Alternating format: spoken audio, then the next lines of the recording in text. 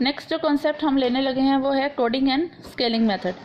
बाज़ दफ़ा हमारे पास ऐसा होता है कि एक्स और वाई के डाटा में वैल्यूज़ हमारे पास बहुत एक्सट्रीम लार्ज होती हैं, तो उन वैल्यूज़ की मल्टीप्लिकेशन और स्क्वायर टर्म लेने में हमें मुश्किल होती है। तो उसको सिंप्लीफाई करने के लिए हम क्या कर लेते हैं, उसका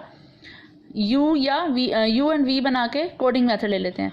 हमारे पास प्रॉपर्टी थी कि सैम्पल लीनियर रिग्रेशन के लिए बी और जो ए है वो क्या है, independent of change and origin है। ठीक है, उनके अंदर कोई भी चेंज नहीं आता। अगर हम उसको यू और वी में कन्वर्ट कर लें तो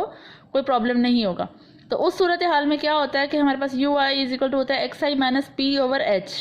we I is equal to Y I minus Q over K, और इसमें हमारे पास जो टर्म बन जाती है, मॉडल बन जाता है, वो X I is equal to बन जाता है P plus H into U I और Y I is equal to Q plus K V I. तो यानी कि अगर हम इसे दोबारा कन्वर्ट करना चाहें वाई और एक्स में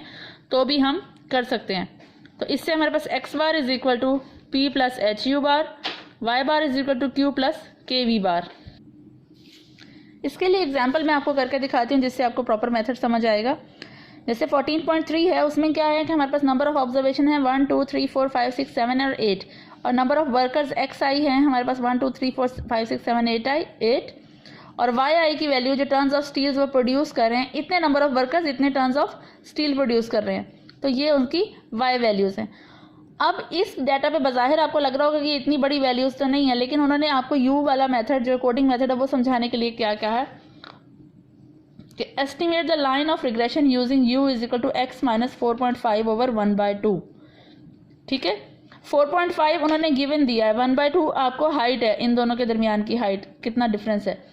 एच जो यूज़ किया। लेकिन अगर आप यहाँ पे देखना चाहें कि 4.5 कैसे लिया है, तो अगर हमारे पास ये वैल्यूज़, बेटा याद रखिएगा, वैल्यूज़ अगर इवन हो तो सेंट्रल मोस्ट वैल्यू ले लेते हैं एक ही जगह। चैप्टर नंबर 3 में आपने याद किया था ना ये वाला कॉन्सेप्ट,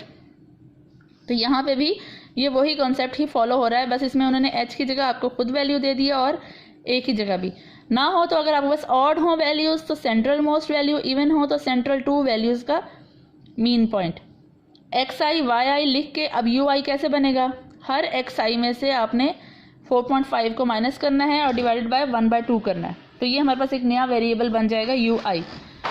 हमारे पास जो डाटा है उसके लिए हमें क्या चाहिए, एक्स आई का स्क्वायर चाहिए होता है, वाई आई का चाहिए होता है, एक्स वाई का मल्टीप्लिकेशन चाहिए होता है और एक्स आई का स्क्वायर चाहिए होता है। अब क्योंकि यहाँ पे हमने एक्स की जगह रिप्लेस कर दिया यू, तो यू क्या आ गया हमारे पास, ये वाला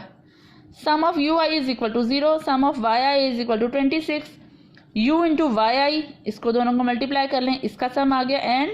यू आई का स्क्वायर 168। हम इसको फॉर्मूला में पुट करते हैं क्योंकि regression line of y on u बनानी है हमने, y ऑन x नहीं है। It is equal to y hat is equal to a plus b into u. The least square estimates of a and b are, हमने b के अंदर बहुत सारे उसकी वैल्यूज़ पढ़ी थी b की निकालने की, ठीक है, उसमें से एक ये भी थी b of y x is equal to s of x y over s of x square, s of x y over s of x square 182 over 168 हमारे पास निकल आया b।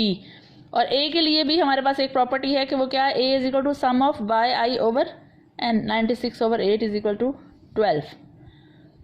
ठीक है, ये क्यों लगा रहे हैं हम ये x और y वाला, क्योंकि देखें यहाँ पे जो हमारे पास u ऑफ i का है वो हो जाता है 0।